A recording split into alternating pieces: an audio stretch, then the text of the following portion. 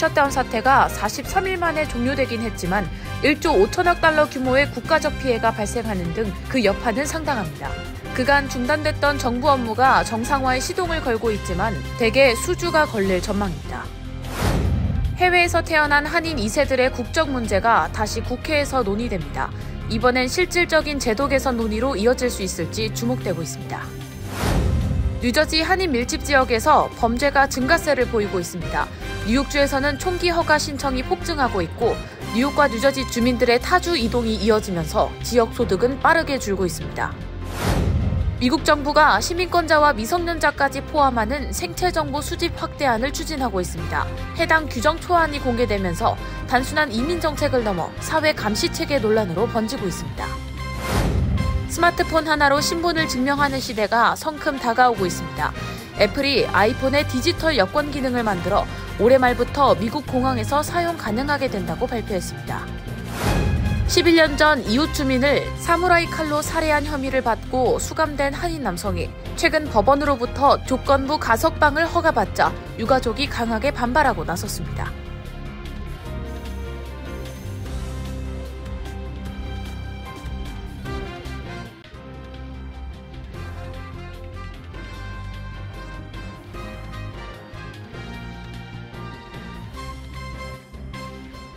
안녕하십니까? KBTV 뉴스9 이창원입니다. 연방정부의 셧다운 사태가 역대 최장 기록을 세우며 43일 만에 종료되긴 했지만 후폭풍이 이어지고 있습니다.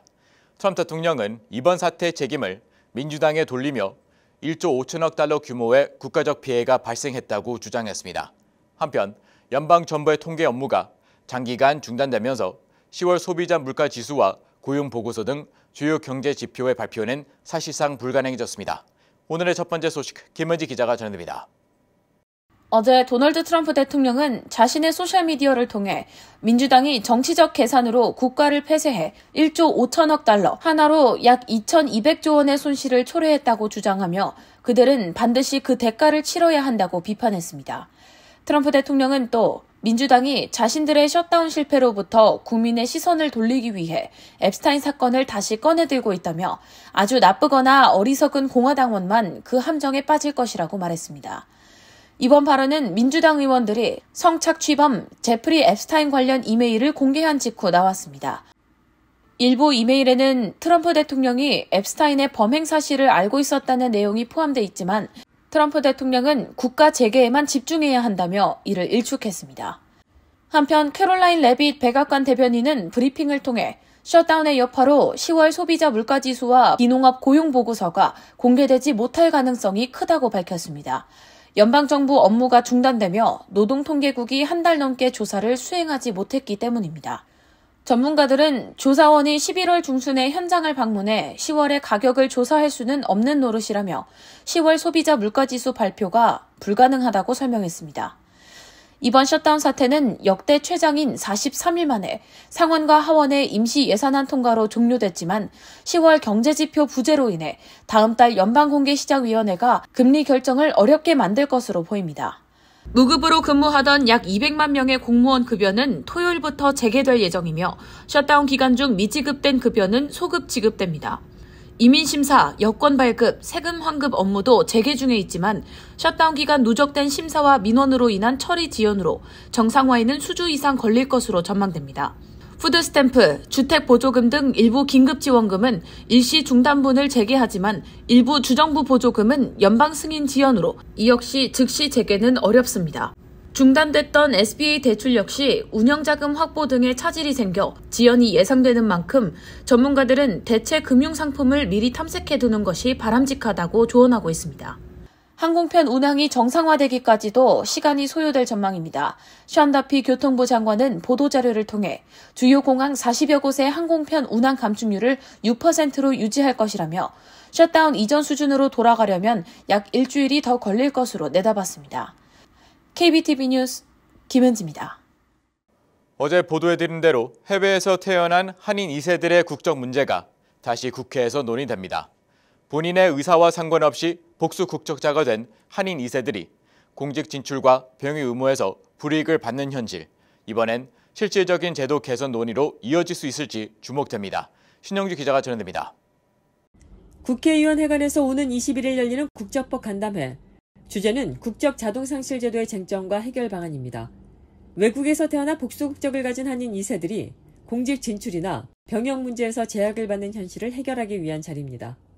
13년째 이 문제 해결에 힘써온 전종준 변호사는 현행 제도의 근본적 모순을 이렇게 설명합니다. 한국은 원래 국적 자동상실제를 채택했었습니다. 그런데 국회의 그 입법 실수로 인해서 한인 2세, 즉 외국에서 태어난 그 선천적 복수 국적자들이 복수 국적이 돼서 문제가 된 것입니다. 한국의 호적에 올라가지 않은 해외 태생 선천적 복수 국적자는 병역과 무관하다는 그 조항이 있는데 그거를 실수로 삭제를 했어요. 선천적 복수 국적자 남자는 만 18세가 되는 해 3월 말까지 국적 이탈을 하지 않으면은 병역 의무가 부과되고 그리고 병역 기피자가 되며 38세까지 국적 이탈을 못하게 한 것입니다. 또한 헌법재판소 결정이 있었지만 국적 이탈 절차는 여전히 신고제가 아닌 허가제로 남아 있습니다. 오히려 제도가 더 까다로워졌다는 지적입니다. 2020년도에 제가 5차 헌법소원에서 헌법 불합치 결정을 받았습니다. 결정에 따라서 법무부가 예외적 국적 이탈 허가제라는 것을 지금 현행법으로 지금 지키고 있는데 그것은 오히려 신고제가 허가제로 되어서 더 까다로운 결정 취지에 맞지 않는 구제가 아니라 제약으로 아직까지도 남아 있습니다. 남성과 여성에게 적용되는 조항도 문제가 있습니다. 남성은 기한을 넘기면 병역 의무자가 되지만 여성은 주소 파악이 불가능하다는 이유로 국적 선택 명령 통보조차 받지 못해 복수 국적 상태로 남는 사례가 많습니다. 국적 이탈을 하지 않으면 병역 의무를 부과하고 병역 기피자가 되는 것은 지금 권리가 없는 의무를 부과하는 즉 그 헌법에 어긋나는 되는 것이고 주소지를 알 수 없기 때문에 통보를 할 수가 없어요. 그래서 이것은 실효성이 없는 법안이라는 것이고 여성도 옛날에는 국적 자동 상실제가 됐습니다. 그런데 이 국적 자동 상실제를 폐지하고 2010년도에 소위 국적 선택 명령제라는 것을 채택했습니다. 이것은 뭐냐면은 22세 때 국적 선택을 하지 않는 사람에게 법무부 장관이 당신이 국적 선택을 안 했으니까 1년 안에 국적 선택을 하십시오라는 국적 선택 명령을 통지하게 됩니다. 그러나 해외 거주 2세 그 여자들에게는 주소지 파악이 불가능합니다. 국적 선택 명령을 받은 사람은 1년 안에 대답을 안 하면은 국적이 자동으로 소멸되는데 보낼 수가 없어서 여긴 받지를 못했기 때문에 복수 국적이 그대로 남습니다. 바로 이런 이유이기 때문에 지금 이것 또한 실효성이 없는 위헌적인 법률로 남아 있습니다. 전 변호사는 법무부가 유승준 사례와 선천적 복수 국적 이슈를 혼동하지만 성격이 다르다고 지적합니다. 유승준 씨는 본인의 선택으로 국적을 바꾼 경우지만 선천적 복수 국적자들은 태어날 때부터 한국과 외국 국적을 함께 부여받은 것입니다. 즉 의도적으로 국적을 바꾼 것이 아니라 제도상 자동으로 복수 국적자가 된 것입니다. 대뜸 하는 얘기가 병역 부담 형평의 원칙에 어긋난다. 그리고 국민 정서 때문에 법을 바꿀 수가 없다라고 얘기를 하는데 선천적 복수 국적자와 유승준을 아직도 헷갈려서 판단을 제대로 하지 못하고 있습니다. 법무부가 걱정하는 것은 국적 자동 상실을 하면은 이 사람들이 한국 와서 유승준처럼 일하러 가는 거 아니냐라고 해석을 하는데 지금 한국에는요 선천적 복수 국적자가 국적을 상실하거나 이탈했을 경우에는 40세까지 F4 비자 즉 재외동포 비자를 받지를 못해서 취업을 할 수가 없습니다. 이미 못 들어오게 다 막아놨기 때문에 그것은 근거 없는 주장이라고. 그는 또한 이번 간담회가 이론 싸움이 아닌 현실 개선의 전환점이 돼야 된다고 말합니다. 법무부와 병무청이 현행법조차 제대로 이행하지 않는 직무유기를 지적할 계획입니다. 이번 간담회의 핵심은요. 그 정부 관계자들의 입장을 듣고 잘못된 점을 수정해 줌으로써 그 개정안의 발의 및 통과를 성사시키려고 합니다.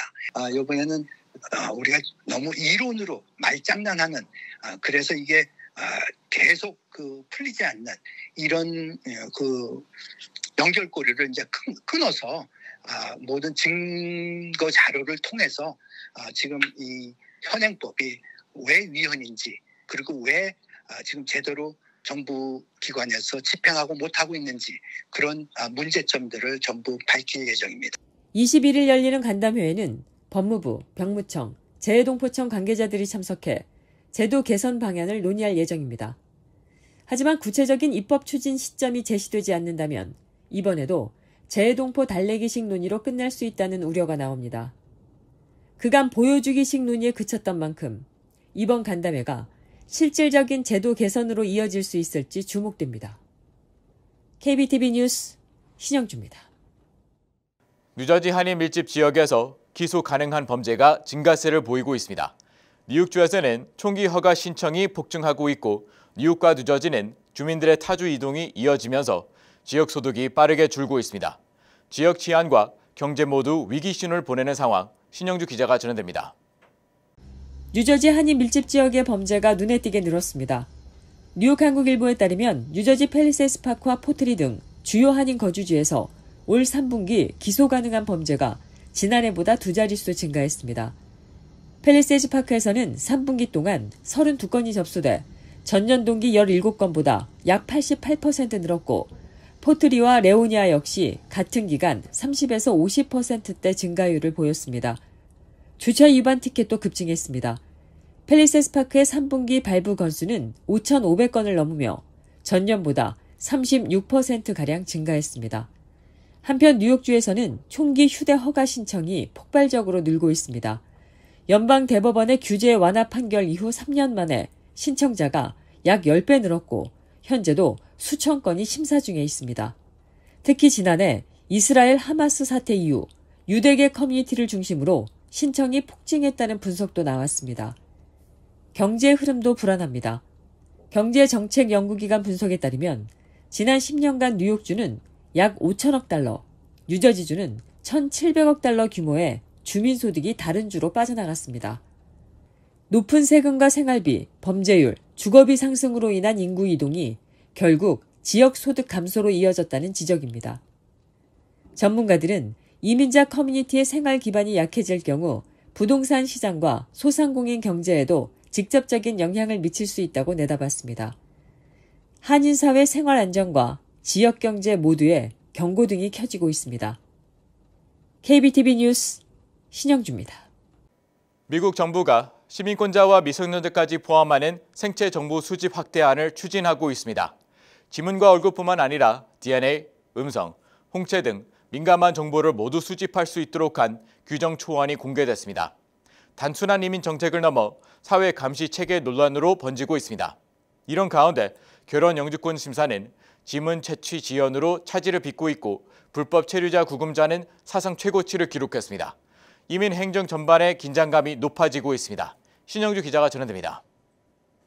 연방국토안보부는 최근 발표한 규정 초안에서 이민 혜택 신청자뿐만 아니라 관련자 전원에게 지문과 얼굴, 홍채, DNA, 음성 등 생체 정보 제출을 의무화했습니다. 대상에는 미시민권자와 14세 미만 아동도 포함돼 논란이 일고 있습니다. 국토안보부는 신원 확인과 사기 방지, 인신매매 대응과 국가안보 강화 조치라고 밝혔지만 이민옹호 단체들은 감시 체계로 확대되는 위험한 전환이라고 반발하고 있습니다. 초안에는 이민자가 시민권을 취득할 때까지 주기적으로 생체 정보를 다시 제출하도록 하는 지속적인 모니터링 조항도 포함됐습니다. 또 필요한 경우 DNA 샘플을 요구할 수 있다는 내용도 들어있어 개인정보 침해 우려가 커지고 있습니다. 국토안보부는 이번 규정 초안에 대한 공개 의견을 2026년 1월 2일까지 받을 예정입니다. 이와 맞물려 이민서비스국의 결혼 기반 영주권 심사도 차질을 빚고 있습니다. 신청자 대다수가 지문 채취 일정을 받지 못한 채 100일 넘게 기다리고 있다는 불만을 쏟아내고 있습니다. 전문가들은 셧다운 여파와 보안 심사 강화 등을 원인으로 분석했습니다. 또한 이민세관 단속국 구금자 수는 현재 6만 6천 명으로 사상 최고치를 기록했습니다. 트럼프 행정부 2기 출범 이후 70% 가까이 늘어난 수치로 정부는 향후 10만 명까지 수용 확대를 계획하고 있습니다. 인권단체들은 수용시설의 의료 환경과 인권 침해 문제가 심각하다고 경고했습니다. 시민권자까지 포함된 생체 정보 수집 확대하는 단순한 이민 정책이 아닌 사회 감시 체제 논란으로 번지고 있습니다. 이민 전문가들은 생체 정보 확대와 심사 지연, 구금자 증가는 이민 행정 전체를 감시형 시스템으로 바꾸는 징후라고 평가합니다. 결혼 이민 심사 적체와 구금자 급증 문제까지 겹치면서 이민 행정의 투명성과 공정성 확보가 미국 사회 핵심 과제로 떠오르고 있습니다. KBTV 뉴스 신영주입니다. 스마트폰 하나로 신분을 증명하는 시대가 성큼 다가오고 있습니다. 애플이 미국에서 디지털 신분증을 도입한 데 이어 한국 기업들도 모바일 여권 기술을 앞세워 글로벌 시장 진출에 나섰습니다. 코로나 이후 비대면 인증이 일상화되면서 이제는 실질적인 신분증 없이 스마트폰 하나로 공항, 호텔, 카지노 출입이 가능해지고 있습니다. 김은지 기자의 보도입니다. 세계적인 기술 기업 애플이 새롭게 선보인 디지털 신분증은 아이폰 지갑 앱을 통해 미국 여권 정보를 기반으로 본인의 신분증을 생성할 수 있는 기능입니다. 제니퍼 베일리 애플페이 및 애플월렛 부사장은 디지털 신분증은 사용자가 보다 안전하고 간편하게 신원을 증명할 수 있도록 설계됐다며 애플의 강력한 보안성과 개인정보 보호 시스템이 그대로 적용됐다고 설명했습니다. 이 서비스는 현재 미국 내 12개 주와 푸에르토리코 지역에서 주민들이 사용할 수 있으며 교통안전청 TSA와 협력해 250개 이상의 공항 보안 검색대에서 시범 운영 중입니다. 다만 국제선 여행 시에는 사용할 수 없고 물리적 여권을 완전히 대체하지는 않습니다. 이처럼 글로벌 기업들이 앞다퉈 디지털 신분증 기술을 내놓는 가운데 한국에서도 이와 같은 디지털 신분증 기술이 빠르게 발전하고 있습니다. 한국 벤처기업 로드시스템이 개발한 모바일 여권은 실물 여권을 스마트폰 앱에 스캔해 여권 내 IC칩의 생체 정보와 얼굴 인식을 통해 신원을 인증하는 기술입니다. 이 기술은 한국인터넷진흥원의 비대면 보안 시범 사업을 성공적으로 수행하며 위조나 복제를 원천적으로 차단할 수 있다는 점에서 주목을 받았습니다. 실제로 인천공항의 스마트패스 사업과 문화체육관광부 산하 GKL 세블러 카지노 출입 인증에도 적용이 되고 있습니다. 로드 시스템은 모바일 여권은 공항뿐 아니라 호텔, 면세점 등 외국인 신원 인증이 필요한 곳에서도 활용이 가능하며 얼굴 인식만으로 신속하게 본인 확인이 가능하다고 밝혔습니다. 전문가들은 코로나 팬데믹 이후 급속히 확산된 비대면 신원 인증 기술이 앞으로 글로벌 이동성과 개인정보 보호의 핵심 인프라가 될 것으로 보고 있습니다. 다만 스마트폰 잠금 해제 기술이 발전하면서 스마트폰 해킹 및 사생활 침해에 대한 우려도 제기되고 있습니다. 미국의 경우 약 2,000개 법 집행기관이 아이폰 내부 정보를 수색할 수 있는 기술을 보유한 것으로 알려져 개인정보 보호를 위한 법적 장치가 함께 마련돼야 한다는 지적도 나오고 있습니다. KBTV 뉴스 김은지입니다. 11년 전 위스콘신주에서 이웃 주민을 이유 없이 사무라이 칼로 살해한 혐의로 수감된 한인 남성이 최근 법원으로부터 조건부 가석방을 허가받았습니다. 하지만 피해자 유가족은 지역사회 너무나 위험한 판결이라며 강하게 반발하고 있습니다. 김은지 기자의 보도입니다. 지난 2014년 위스콘신주 워터타운의 한 아파트에서 발생한 사무라이 칼 살인 사건의 가해자 40세 최영재 씨가 11년 만에 가석방을 허가받았습니다. 제퍼슨 카운티 법원은 지난 5일 최 씨가 자신 또는 타인에게 심각한 위해를 가할 위험이 크지 않다며 조건부 석방 결정을 내렸습니다. 이에 따라 최 씨는 내년 1월 구체적인 석방 조건이 확정되면 감독이 이루어지는 공동생활시설에서 지낼 예정입니다. 사건 당시 29세였던 최 씨는 한 이웃 주민에게 나를 신이라 부르라고 강요했다가 언쟁 끝에 사무라이 칼을 휘둘러 잔혹한 범행을 저질렀습니다. 피해자는 머리와 복부, 어깨 등을 여러 차례 흉기에 찔려 병원으로 옮겨졌지만 끝내 숨졌습니다. 체포 당시 최 씨는 경찰과 10분간 대치하며 나는 신이다라고 외친 것으로 전해집니다. 법원은 2015년 10월 최 씨가 정신 이상 상태였다고 판단해 교도소 대신 주립 정신건강시설에 수감했습니다. 이후 2019년부터 6차례 사회 복귀를 요청했지만 법원은 여전히 위험하다며 모두 기각했습니다. 하지만 최근 2명의 임상심리학자가 조건부 석방이 가능하다는 보고서를 제출하면서 법원의 판단이 뒤집혔습니다. 이번 결정을 내린 베넷 브란트마이어 판사는 범행의 잔혹성과 사회적 충격을 감안하더라도 현재로서는 그가 위험하다고 볼 법적 근거가 부족하다고 밝혔습니다. 최 씨의 변호인은 의뢰인이 자신이 저지른 사건을 깊이 후회하고 있으며 독립적인 2명의 심리학자가 모두 석방을 권고했다고 설명했습니다. 하지만 피해자의 아내는 지역 언론과의 인터뷰에서 최 씨는 여전히 위험하다며 지역 사회를 보호하기 위해 지속적인 감시가 필요하다고 호소했습니다. 한편 위스콘신주 형사사법제도에 따르면 범행 당시 정신적 책임 능력이 없다고 판단된 경우 법정 최소형이 적용되지 않습니다. 전문가들은 만약 최 씨가 범행 당시 지금처럼 정신적으로 정상 판정을 받았다면 최소 20년 이상의 징역형을 선고받았을 것이라고 분석했습니다. 즉 범행을 저질렀던 당시에는 정신질환이 있다는 이유로 감형을 받고 시간이 흐른 뒤에는 위험인물이 아니라는 판단으로 조건부 석방을 받을 수 있다는 판단이 나오자 피해자 및 지역사회가 반발하는 것입니다. 일부 주민들은 아무리 사람을 죽여도 정신질환이 있으면 책임을 회피할 수 있는 것이냐며 정신질환과 범죄 책임의 경계를 다시 한번 논의해야 한다는 목소리를 높였습니다. KBTV 뉴스 김은지입니다. LA 북서부의 벤나이스와 노스 할리우드 일대를 거점으로 활동하던 국제범죄 조직 MS-13 갱단이 산악지대를 범행 장소로 이용해 최소 4명을 살해한 사건의 재판이 진행 중입니다. LA타임스에 따르면 갱단 조직원들은 2017년부터 2019년 사이 사람이 드문 산속 헬기 착륙장과 전망대 등을 범행 장소로 이용했습니다. 특히 불에 탄 뒤 방치된 건물인 한인타운 사우스 베렌도가의 폐가는 MS-13 조직원들이 거주하거나 마약을 판매하고 폭력을 행사하던 주요 아지트로 지목됐습니다. 검찰은 신입 단원이 충성을 입증하기 위해 살인을 저질러야 한다는 이른바 살발도르식 규율이 적용되면서 폭력이 급격히 증가했다고 밝혔습니다. 법정에서는 한 피해자가 100차례 넘게 흉기에 찔리는 등 피해자들이 극도로 잔혹한 방식으로 살해됐다는 증언이 나왔습니다. 다만 변호인 측은 검찰 핵심 증인 8명이 형량 감경을 조건으로 거짓 진술을 하고 있다고 반박했습니다. 일부 변호인은 피고인들을 폭력에 무감각해진 어린 병사에 비유하기도 했습니다. 검찰은 피고인들이 조직 내 정식 단원, 이른바 홈보이가 되기 위해 범행을 저질렀다고 주장하고 있습니다. 이번 사건은 LA 지역 갱단의 폭력성과 범죄 확산 실태를 다시 드러내며 현지 사회에 큰 충격을 주고 있습니다. 원달러 환율이 장중 1,470원을 찍으며 7개월 만에 최고치를 기록했습니다. 한국 시간 12일 서울 외환시장에서 환율은 달러당 1,461원에 출발해 오후 들어 상승세로 돌아서며 한때 1,470원을 터치했습니다. 종가는 전날보다 2.4원이 오른 1,465.70원으로 마감했습니다. 올해 들어 원달러 환율은 평균 1,414원대로 IMF 외환위기 직후였던 1998년 연평균 환율 1,398원을 이미 넘어섰습니다.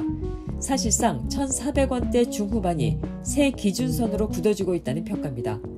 환율 급등의 배경에는 외국인 투자자의 주식 매도와 엔화 약세가 있습니다. 이날 외국인들은 유가증권 시장에서 4,200억 원 넘게 순매도했고 일본 정부의 경기 부양 기조로 엔달러 환율도 154엔대를 돌파했습니다. 한국은행은 시장 불안 심리를 경계하고 있습니다. 이창용 총재는 과도한 변동성에는 개입 의지가 있다고 밝혔습니다. 전문가들은 대외 변수가 여전한 만큼 강달러 흐름이 당분간 이어질 것으로 전망했습니다. 미국이 232년 동안 찍어온 1센트, 이른바 페니 동전의 일반 유통용 생산을 공식 종료했습니다. 로이터 통신은 12일 필라델피아 조폐국이 마지막 1센트 동전을 생산했다고 전했습니다. 앞서 트럼프 대통령은 지난 2월 제조 단가가 액면가보다 높다며 재무부에 생산 중단을 지시한 바 있습니다.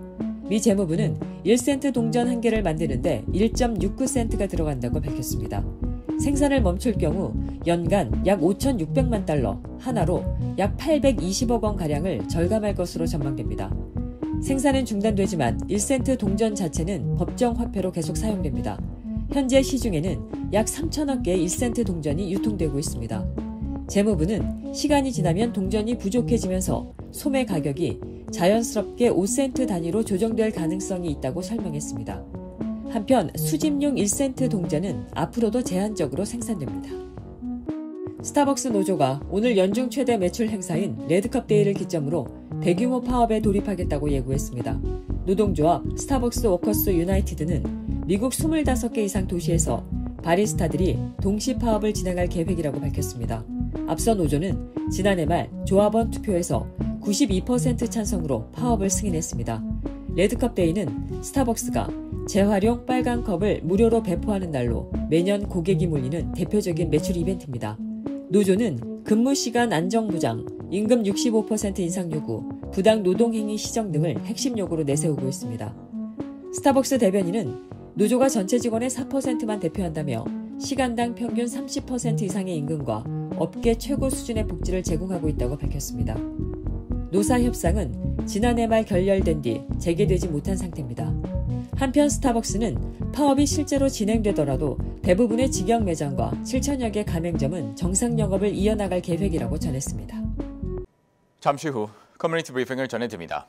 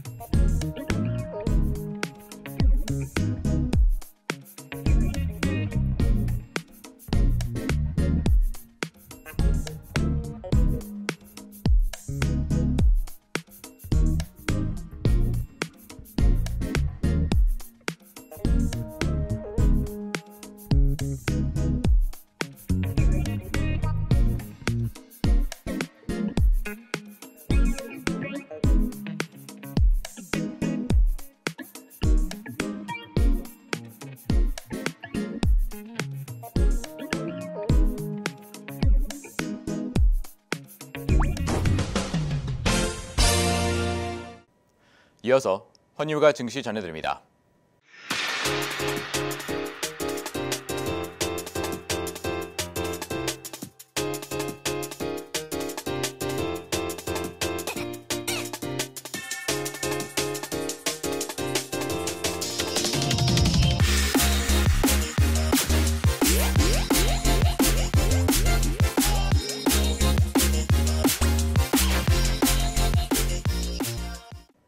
잠시 후 미국과 뉴저지 날씨 전해드립니다.